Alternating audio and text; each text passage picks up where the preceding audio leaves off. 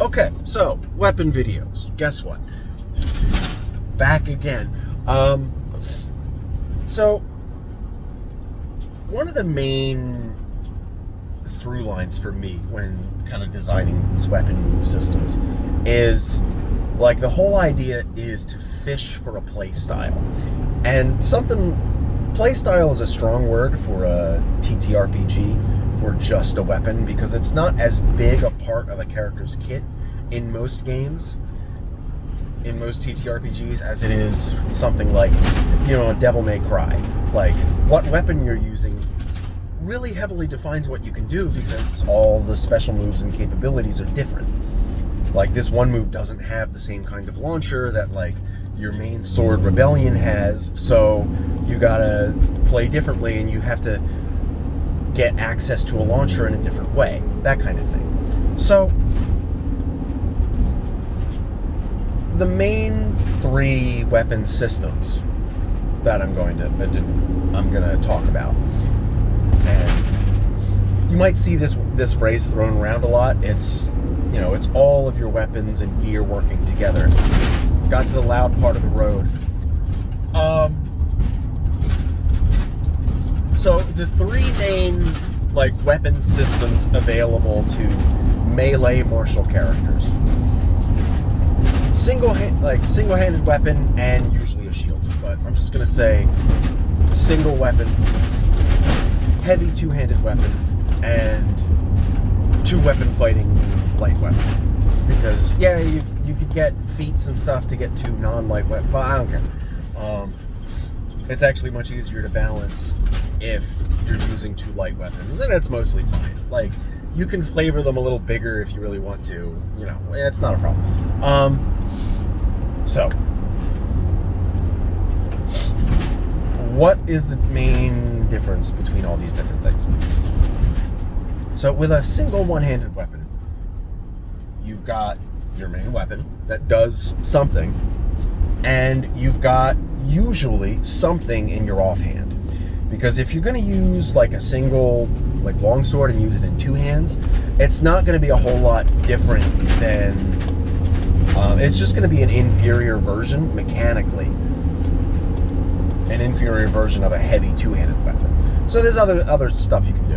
It's whatever. But otherwise, the main thing you get is you have something in your offhand, some kind of defensive tool, because this is how it worked in real life. You've got your main weapon that does your main stuff, main cutty, stabby, bonky stuff, and you have your defensive tool in your offhand, whether it's a shield, whether it's a cape, whether it's a parrying dagger, whether it's one of those goofy bucklers with the funnel shape, and it's got scissors out of this side, a fork out of this side, espresso maker coming out the bottom. It can do a lot. So you have some sort of defensive tool, so that you can use that to more easily block and control your opponent's weapon and set yourself up to cut their neck, or their other various bits. So that weapon system has more defensive options, whether it's just raw AC or armor or defensive ability, or whether it's special counterattacks and ripostes and nonsense like that. So at usually this weapon system would be the lowest damage, because you just get your normal amount of attacks at normal damage, that kind of thing. So, whoa. Rocco's is getting an upgrade. That's the mechanic at work we use. All right. Hopefully nobody needs work on their vehicles. I'll actually shoot my supervisor a text about that. Okay. Weapon systems.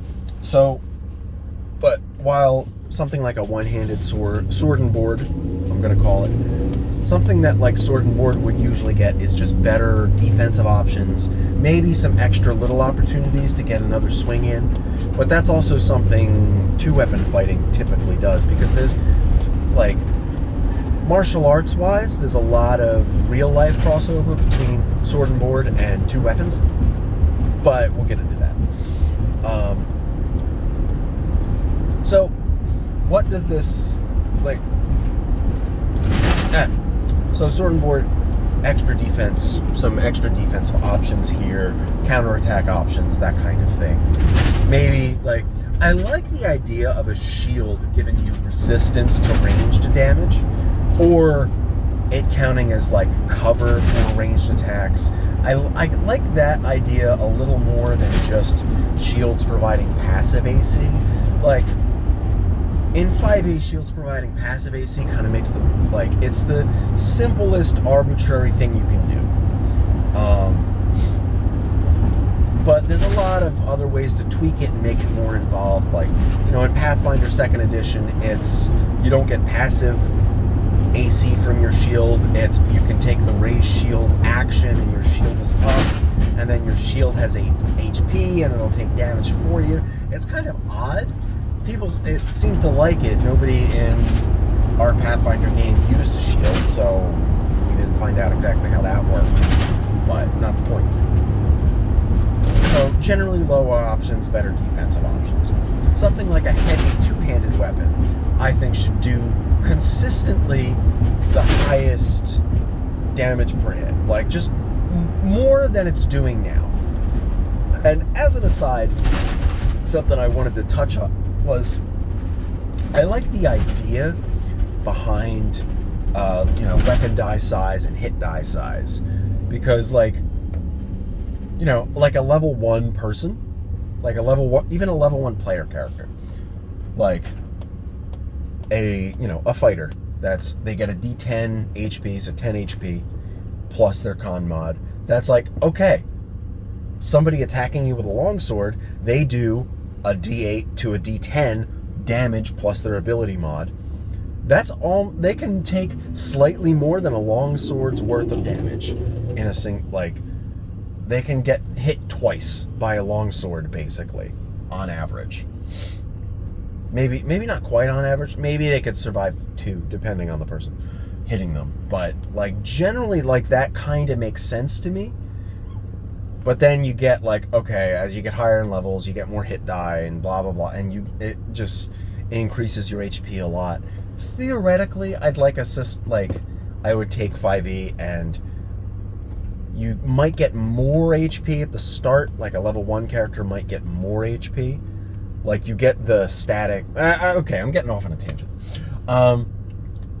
But, so heavy two-handed weapons should do just the most damage per hit, along with maybe having more consistent attacks. Like, maybe you get, and there's a lot of ways to accomplish that. Like, maybe heavy weapons kind of always get the graze effect. Like, they do half damage on a miss. So they're always doing some damage. Or they get 1.5 times their strength modifier to the damage instead of just their strength modifier.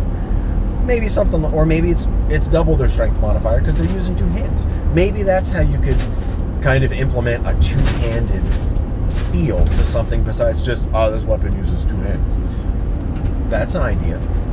Especially because a lot of the time two-handed weapons kind of fall behind.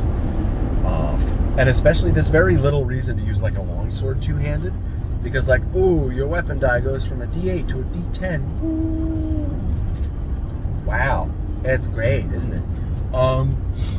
So, again, kind of not the point. Or, that is the point. But, something like that. And then, with two-weapon fighting, with using 2 weapons, you kind of got, in the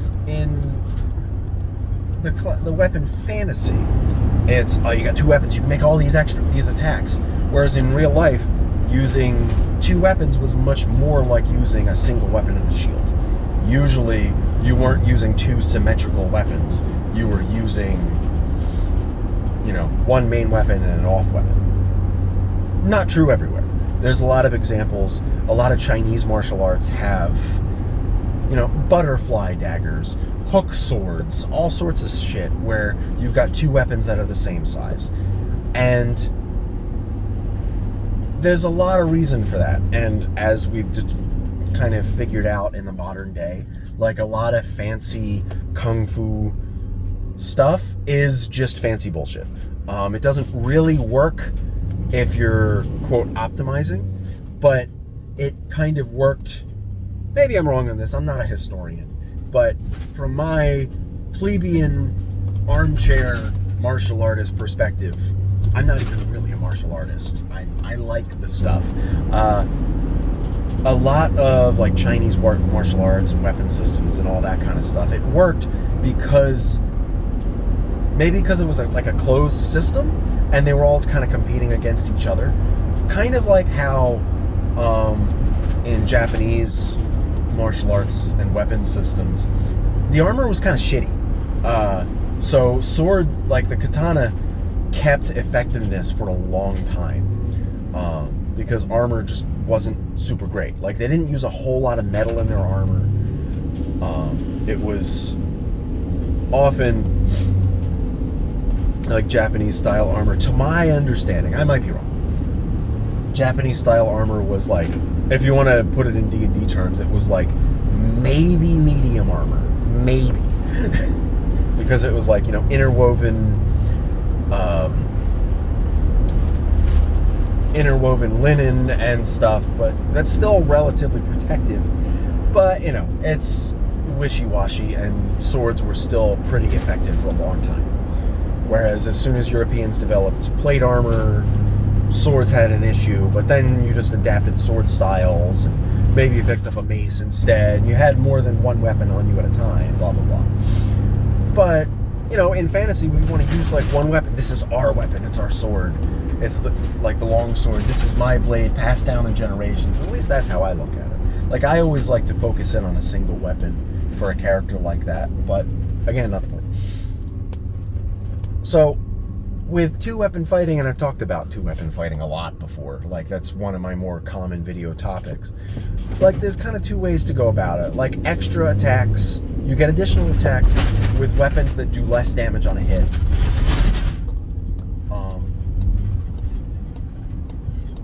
And also maybe they get better counterattack abilities, because that's one of the strengths of using two weapons.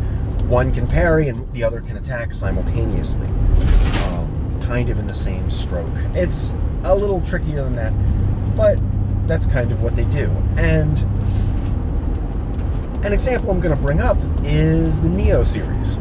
They have several different weapons systems you can choose from. I think it was like 10 playable weapons. Maybe it's more, maybe it's less, I don't know. But they have those the three weapon systems I'm talking about present. They have a single sword, they have an odachi, which is your big two-handed weapon, and they've got dual katanas. You wouldn't be using dual katanas, but not the point. And the way these weapons, the playstyles kind of break down, is the single sword is just kind of good at everything. You can utilize all the mechanics the game has to offer, and you can use them pretty well. It's not specialized in any one particular area. It's a pretty generalist weapon. And also because in that game you can carry two weapons on you at a time and switch between them pretty freely. Just throwing a katana on is a good idea as your backup weapon. Otherwise, it's just a good generalist weapon.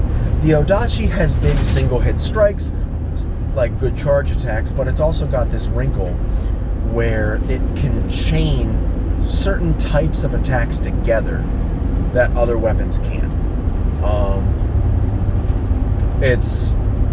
I forget exactly what it is, just like one of it, like certain special moves can just chain together frequently, because if you're not familiar with the game, that game has a multiple stance system. It's got low, mid, and high stance, and each stance has a full move set for the weapon. So each weapon is kind of three weapons at the same time. Low stance is generally faster and safer. Mid stance is usually your middle of the road. It also tends to have wider horizontal swings for like groups, and high stance is just your biggest damage, biggest guard break, biggest numbers, but it's also more stamina intensive and more punishable on like whiffs and stuff. So, but the Odachi can kind of chain between these stances aggressively with attacks. So its offense kind of shines through in that way, which isn't necessarily something you can replicate in 5e without coming up with a whole stance system, or making it so maybe like a heavy weapon could get a bonus the more different moves it does, you know, something like that. But that's slightly outside of the scope that I have right now. And then dual katanas, what they get basically more counterattacks than every other weapon. They get more counterattacks, and their counterattacks are better. What is a counterattack? And a counterattack is an active thing you go into. You choose to go into a counterattack. You could be attacking instead, but you do a counterattack, and if your target attacks you at that time, you avoid the attack and you do a fancy move. That's what a counterattack is. So that kind of makes sense there. Like, that's what dual weapons are good at, counterattacking.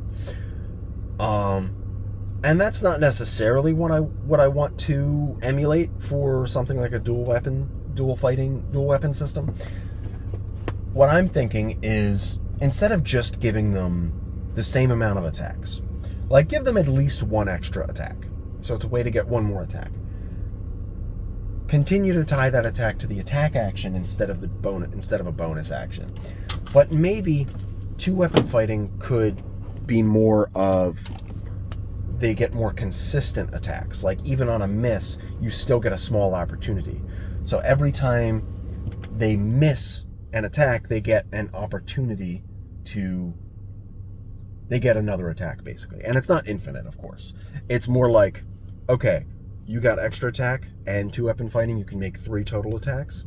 You can make 3 effective retries. So you'll almost always land all 3 attacks. That's kind of the idea. But that's all I got for today. I'm at work now. Bye.